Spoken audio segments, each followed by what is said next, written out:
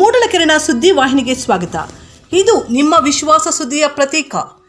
Luminaries gracing this occasion with much esteemed presence.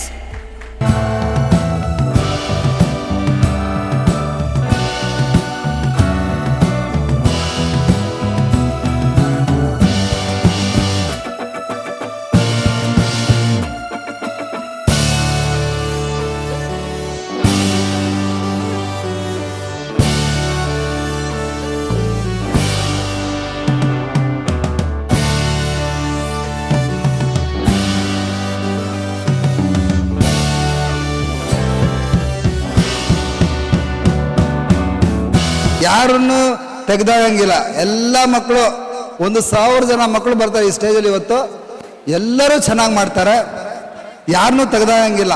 ಬಹಳ ಶ್ರಮ ಪಟ್ಟಿದ್ದಾರೆ. ನನ್ನ ಹೌಸ್ ಬರಬೇಕು ಅಂತ ಹೇಳಿ ತುಂಬ ಶ್ರಮ ಪಟ್ಟಿದ್ದಾರೆ ಮಕ್ಕಳು.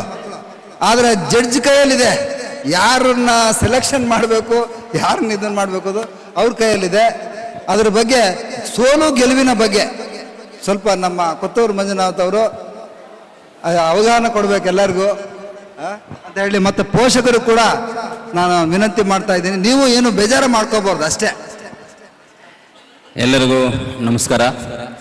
ಖುಷಿ ಆಗ್ತಾ ಇದೆ, ಯಾಕಂದರೆ ಇವತ್ತು ನಮ್ಮ ಜ್ಞಾನ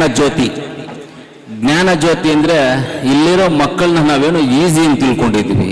ಈ ಮಕ್ಕಳಲ್ಲಿ ಜ್ಞಾನನೂ ಇದೆ, ಈ ಜ್ಯೋತಿ ಬೆಳಗ್ತಾ ಇದೆಯಲ್ಲ, ಈ ಜ್ಯೋತಿ ಥರ ಈ ಮಕ್ಕಳು ಬೆಳಗ್ತಾ ಇದ್ದಾರೆ. ಅಷ್ಟೊಂದು ಬುದ್ಧಿವಂತರಿದ್ದಾರೆ.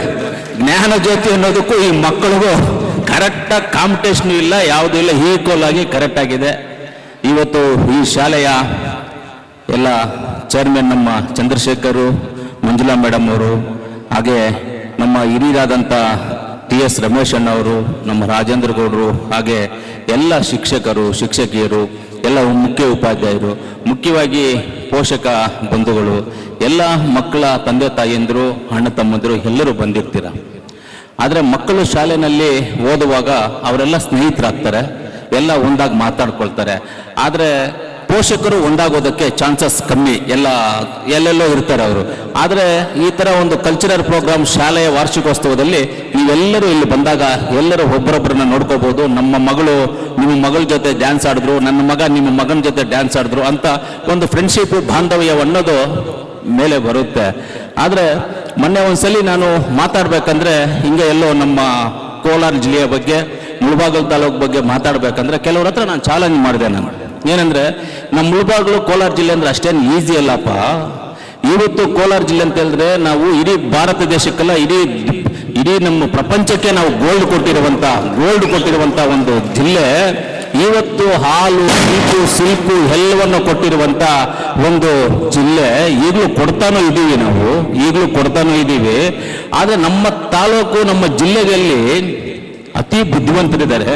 IAS ಆಫೀಸರ್ಸು, IPS ಆಫೀಸರ್ಸು, ಆಮೇಲೆ KS ಆಫೀಸರ್ಸು, ಒಳ್ಳೆ ರಾಜಕಾರಣಿಗಳ ಈ ರಾಜ್ಯಕ್ಕಲ್ಲ, ಈ ಜಿಲ್ಲೆಗಲ್ಲ, ಇಡೀ ನಮ್ಮ ಭಾರತ ದೇಶಕ್ಕೆ MV ಕೃಷ್ಣಪ್ಪ ಅಂತ ಅವರನ್ನ ಕೊಟ್ಟಿರುವಂಥ ಒಂದು ತಾಲೂಕು, ಕೊಟ್ಟಿರುವಂಥ ಒಂದು ಜಿಲ್ಲೆ. ಕರ್ನಾಟಕಕ್ಕೆ ಮೊದಲನೇ ಮುಖ್ಯಮಂತ್ರಿ ಕೊಟ್ಟಿರುವಂಥ KC ರೆಡ್ಡಿ ಕೊಟ್ಟಿರುವಂಥ ಒಂದು ಜಿಲ್ಲೆಯಪ್ಪ ಇದು. ಎಷ್ಟೋ ಜನ ನಮ್ಮ ರಾಜ್ಯದಲ್ಲಿ ಭಾರತ ರತ್ನ ತಗೊಂಡಿರೋರು ನಮ್ಮ ಕೋಲಾರ ಜಿಲ್ಲೆಯವರೇ ಇರ್ತಾರೆ, ಬೇರೆಯವರು ಯಾರು ತಗೊಂಡಿಲ್ಲ. ಆ ರೀತಿಯಲ್ಲಿ ಕೋಲಾರ ಜಿಲ್ಲೆ ಅಂತ ಹೇಳಿದ್ರೆ ತುಂಬಾ ಅಂತ. ಆದರೆ ಈಗ ಈ ಮಕ್ಕಳನ್ನ ನೋಡ್ತಾ ಇದ್ರೆ, ಆವತ್ತು ನಾನು ಅವ್ರ ಹತ್ರ ಧೈರ್ಯವಾಗಿ ಮಾತಾಡೋದೇ ಇಲ್ಲ. ಕೇರ್ ಮಾಡಿ, ನಮ್ಮ ಜಿಲ್ಲೆ ಅಂದ್ರೆ ಈ ತರ ಪವರ್ಫುಲ್ ಅವ್ರು ನಾವು ಅಂತ ಮಾತಾಡೋದೇ ಇಲ್ಲ. ಈ ಮಕ್ಕಳು ಇವತ್ತು ಅದನ್ನು ಪ್ರೂವ್ ಮಾಡಿದ್ರು. ಒಬ್ಬರಿಗೆ ಮೀರಿ ಒಬ್ಬರು. ಇವ್ರನ್ನ ನಾವು ಯಾರು ಸೋತ್ತಾರೆ, ಯಾರು ಇದಿರ್ತಾರೆ ಅಂತ ನೀವು ಡಿಸೈಡ್ ಮಾಡಂಗೆ ಇಲ್ಲ. ಎಲ್ಲ ಈಕ್ವಲ್ ಆಗಿ ಮಾಡಿದ್ದಾರೆ. ಜಡ್ಜಸ್ಗಂತೂ ಸ್ವಲ್ಪ ತಲೆ ಕೆಡ್ಬೋದು, ಇದರಲ್ಲಿ ಏನಪ್ಪ ಹೆಂಗಪ್ಪ ಇದು ಡಿಸೈಡ್ ಮಾಡೋದು ಅಂತ.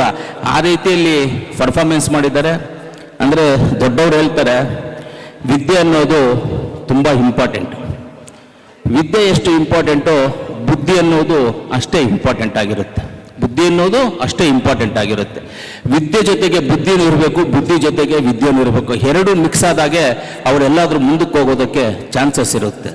ಆದರೆ ಇವತ್ತು ನಾವೆಲ್ಲ ತಿಳ್ಕೊಳ್ತೀವಿ, ಅವತ್ತು ನಾವು ಓದುವಂಥ ಸಂದರ್ಭದಲ್ಲಿ ನಮಗೆ TV ಇಲ್ಲ, ಫೋನ್ ಇಲ್ಲ, ನಮಗೆ ಬೇರೆ ಏನೂ ಇಲ್ಲ. ಫಿಲಮ್ ಥಿಯೇಟರ್ಸು ಮುಳಬಾಗ್ಲಲ್ಲಿತ್ತು, ನಾವು ನೋಡೋಕ್ಕಾಗ್ತಾ ಇರಲಿಲ್ಲ. ನಾವೆಲ್ಲ ತುಂಬ ಕಷ್ಟಪಟ್ಟು ಓದಿದ್ದೀವಿ. ಆವತ್ತು ನಾನು ಹೇಳ್ತಾ ಇರೋದು 94-95 ನಂದು SLC ನಾನು ಆಗಿದ್ದು 94-95. ಆ ಟೈಮಲ್ಲಿ SLC ಓದಿರೋರು ಇವತ್ತು 2-3 ಡಿಗ್ರಿ ಮಾಡಿರಬೇಕು ಅನ್ಸುತ್ತೆ. ಅಷ್ಟು ಬುದ್ಧಿವಂತರಾಗಬೇಕಂದ್ರೆ ಅವತ್ತು SLC-ನಲ್ಲಿ ಓದಿರೋರು 2-3 ಡಿಗ್ರಿ ಮಾಡಬೇಕು. ಇವತ್ತು ಯಾರೇ ಒಂದು ಡಿಗ್ರಿ ಮಾಡಿರ್ಬೋದು, ನೀವು ಯಾವ್ಯಾವ ಕ್ವಾಲಿಫಿಕೇಶನ್ ಮಾಡ್ಬೋದು. ನಾನು 8 ಭಾಷೆ ಮಾತಾಡ್ತೀನಿ, 4 ಭಾಷೆ ಬರೀತೀನಿ, 4 ಭಾಷೆ ಓದ್ತೀನಿ. ನಾನು ಕನ್ನಡ ಮೀಡಿಯಂ ಓದಿರುವಂಥವ್ನು. ಹೆಂಗ್ ಬಂತು ಅದು? ಬುದ್ಧಿಯಿಂದ ಬಂತು, ನನಗಷ್ಟೆ ಬುದ್ಧಿಯಿಂದ ಬಂತು. ಅದು ಇದು 2 ಮಿಕ್ಸ್ ಮಾಡ್ಕೊಂಡು ಬಂತು. ಅದೇ ಥರ ಮಕ್ಕಳನ್ನು ಅಷ್ಟೇ ತಂದೆ ತಾಯಿಯಂದರು ಓದೋದಕ್ಕೆ ಅವರಿಗೆ ಯಾವ ಬೇಸಿಸ್ ಮೇಲೆ ಹೋಗ್ತಾರೋ ಆ ಬೇಸಿಸ್ ಮೇಲೆ ಅವ್ರು ಬಿಡಬೇಕು. ಯಾವ ಬೇಸಿಸ್ ಮೇಲೆ ಅವ್ರು ಬಿಡಬೇಕು. ಎಷ್ಟೋ ಜನ ನನ್ನ ಜೊತೆಯಲ್ಲಿ ಓದಿಂತವ್ರದ್ದು ನನಗಿಂತೂ ರ್ಯಾಂಕ್ ಸ್ಟೂಡೆಂಟ್ಸು ಇವತ್ತು ನನ್ನ ಹತ್ರ ಬಂದು ಕೆಲಸ ಮಾಡ್ತಾ ಇದ್ದಾರೆ. ಆದರೆ ತಪ್ಪಲ್ಲ, ಅವ್ನು ಓದಿದರೆ ನಮ್ಮ ಕಂಪ್ನಿಯಲ್ಲಿ ಬಂದು ಕೆಲಸ ಮಾಡ್ತಾ ಇದ್ದಾನೆ. ನಾನು ಅವತ್ತು ಡಿಸ್ಕಂಟಿನ್ಯೂ ಮಾಡ್ಕೊಂಡು ಬಂದೆ, ನಾನು ಬಿಸ್ನೆಸ್ ಮಾಡಿದೆ, ಒಂದು ಪೊಲಿಟಿಷಿಯನ್ ಆಗಿ ಇವತ್ತು ಪೊಲಿಟಿಷಿಯನ್ ಆಗಿ ಆಚೆ ಬಂದಿದ್ದೆ. ಒಬ್ಬೊಬ್ಬರಿಗೂ ಒಂದೊಂದು ದಾರಿ, ಯಾವುದು ನಾವು ಹುಡ್ಕೊಂಡು ಹೋಗಿಲ್ಲ, ತಾನಾಗಿ ಬಂದಿದ್ದನ್ನು ಬಿಡಬಾರ್ದು. ಮಕ್ಕಳು ಅಷ್ಟೇ, ನೀವು ಹುಡ್ಕೊಂಡು ಹೋಗಬೇಡಿ, ನಿಮ್ಮನ್ನು ಹುಡ್ಕೊಂಡು ಈ ಶಾಲೆ ಬಂದಿದೆ, ನಿಮ್ಗೆ ವಿದ್ಯಾಭ್ಯಾಸ ಕೊಡೋದಕ್ಕೆ. ಜ್ಞಾನಜ್ಯೋತಿ ಶಾಲೆ ನಿಮಗೆ ಹುಡ್ಕೊಂಡು ಬಂದಿದೆ ನಿಮ್ಮ ಹತ್ರಕ್ಕೆ. ಈ ಜ್ಞಾನಜ್ಯೋತಿ ಶಾಲೆಯಲ್ಲಿ ಆ ಜ್ಞಾನವನ್ನ ದೊಡ್ಡವರು ಹೇಳ್ತಾ ಇರೋ ಒಳಗೆ ಬುದ್ಧಿ ಲೇದು ಜ್ಞಾನ ಮೂಲೇದು ಅಂತಂದ್ರೆ ಈ ಜ್ಞಾನಜ್ಯೋತಿ ಶಾಲೆ ನೋಡಿದ ಮೇಲೆ ಗೊತ್ತಾಯ್ತು ಬುದ್ಧಿ ಜ್ಞಾನ ಇಲ್ಲೇ ಇದೆ. ಇಲ್ಲಿರೋದನ್ನ ನಾವೆಲ್ಲ ಹುಡ್ಕೊಂಡು ಹೋಗ್ಬಾರ್ದು. ನಮ್ಮ ಮನೆಯಲ್ಲಿ ಇರೋದನ್ನ ನಾವು ಹುಡ್ಕೋದು ಯಾಕೆ, ನಮ್ಮ ಮನೆಯಲ್ಲಿ ಇರೋದನ್ನ ನಾವು ತಗೋಬೇಕು ಕೈಗೆ. ಆ ರೀತಿಯಲ್ಲಿ ಇವತ್ತು ಈ ಕಲ್ಚರಲ್ ಪ್ರೋಗ್ರಾಮ್ಸು, ತಂದೆ ತಾಯಿಂದರು, ಪೇರೆಂಟ್ಸ್ ಬಂದಿರೋದು ಇಲ್ಲಿಗೆಲ್ಲ ನೋಡಿದ್ರೆ ಖುಷಿ ಆಗುತ್ತೆ. ಅಷ್ಟೊಂದು ಖುಷಿ ಆಗುತ್ತೆ ನನಗೆ. ನಾನು ಅನ್ಕೊಂಡೆ, ನಾನು ಹೋಗಿ ನನಗೆ ಬೇರೆ ಬೇರೆ ಕೆಲಸ ಇದೆ, ಅಲ್ಲಿ ಹೋಗಿ ಬೆಳಗ್ಗೆ 5 ಮಿನಿಟ್ಸ್ ಕೂತ್ಕೊಂಡು ಮಾತಾಡ್ಬಿಟ್ಟು ನಮ್ಮ ಚಂದ್ರಶೇಖರ್ ಸರ್ ಆಯ್ ಸರ್ ಅಂತ ಹೇಳ್ಬಿಟ್ಟು ಬರೋಣ ಅಂದರೆ ಈ ಹುಡುಗರ ಆ್ಯಕ್ಟಿವಿಟೀಸು ಇದೆಲ್ಲ ನೋಡಿದಾಗ ಸ್ವಲ್ಪ ಹೊತ್ತು ಕೂತ್ಕೊಂಡು ಇರೋದೇ, ಯಾವತ್ತು ಡೈಲಿ ಇರೋದೇ, ಎವ್ರಿ 10 ಮಿನಿಟ್ಸ್ 15 ಮಿನಿಟ್ಸ್ ಒಂದೊಂದು ಕಾರ್ಯಕ್ರಮ ಇದ್ದೇ ಇರ್ತದೆ. ಇರಲಿ ಬಿಡಿ ಇವತ್ತು ನೋಡೋಣ, ಸ್ವಲ್ಪ ದಿರೋಣ ಇಲ್ಲೇ ಅಂದ್ಬಿಟ್ಟು ಅಷ್ಟೊತ್ತು ನಾವು ನೋಡಿದ್ವಿ. ಅಷ್ಟು ಚೆನ್ನಾಗಿರೋ ಅಂದ್ರೆ ಮನಸ್ಸಿಗೆ ತೃಪ್ತಿ ಪಡಬೇಕು. ನೀವು ತಂದೆ ತಾಯಿ ಅಂದ್ರು ಅಷ್ಟೇ. ನಾನು ತುಂಬ ಜನ ನೋಡಿದ್ದೀನಿ, ಎಷ್ಟೋ ಜನಕ್ಕೆ ಅಡ್ವೈಸ್ ಮಾಡಿದ್ದೀನಿ. ತುಂಬ ಜನಕ್ಕೆ ನಾನು ವಿದ್ಯಾಭ್ಯಾಸದ ಬಗ್ಗೆ ಆಗ್ಬೋದು, ಅವ್ರಿಗೆ ಎಜುಕೇಷನ್ ಬಗ್ಗೆ ಆಗ್ಬೋದು, ಕೆಲಸದ ಬಗ್ಗೆ, ಎಲ್ಲರ ಬಗ್ಗೆನೂ ನಾನು ಎಲ್ಲರಿಗೂ ಅಡ್ವೈಸ್ ಮಾಡಿದ್ದೀನಿ. ತಂದೆ ತಾಯಿ ಅಂದರು ಮಕ್ಕಳು ಅವರು ಓದುವಂಥ ಸಂದರ್ಭದಲ್ಲಿ ನಮ್ಮ ಮನೆಯಲ್ಲಿರುವಂಥದ್ದು 3 ಕೆಟ್ಟದನ್ನು ನಾವು ಇಟ್ಕೊಂಡಿದ್ದೀವಿ. 3 ಕೆಟ್ಟದ್ದು. ಅದು ಯಾವುದು ಅಂತ ಹೇಳ್ತೀನಿ, ಕೋಪ ಮಾಡ್ಕೊಂಡ್ರೂ ಬರಲಿಲ್ಲ. ನಮ್ಮ ಮನೆಯಲ್ಲಿರ್ತಕ್ಕಂಥ ಫ್ರಿಜ್ಜು ನಮಗೆ ತುಂಬ ಡೇಂಜರು. ನಮ್ಮ ಮನೆಯಲ್ಲಿರ್ತಕ್ಕಂಥ TV ತುಂಬ ಡೇಂಜರ್. ನಮ್ಮ ಕೈಯಲ್ಲಿರ್ತಕ್ಕಂಥ ಮೊಬೈಲು ಬಾಂಬ್ ಬಿಟ್ಕೊಂಡಂಗೆ ಕೈಯಲ್ಲ ಮೊಬೈಲು. ಯಾವ ಟೈಮಲ್ಲಿ ಏನು ತೋರಿಸುತ್ತೋ, ಯಾವ ಟೈಮಲ್ಲಿ ಇವಾಗ ಇದು ಬೇರೆ ಬಂದಿದೆ, ಏನಂದರೆ ಆರ್ಟಿಫಿಷಿಯಲ್ ಇಂಟೆಲಿಜೆನ್ಸ್ ಅಂತ. ನಾವೇನು ಮಾತಾಡ್ತೀವಿ ಅದನ್ನು ಇದು ನಮ್ಗೆ ರಿಟರ್ನ್ ತೋರಿಸುತ್ತೆ.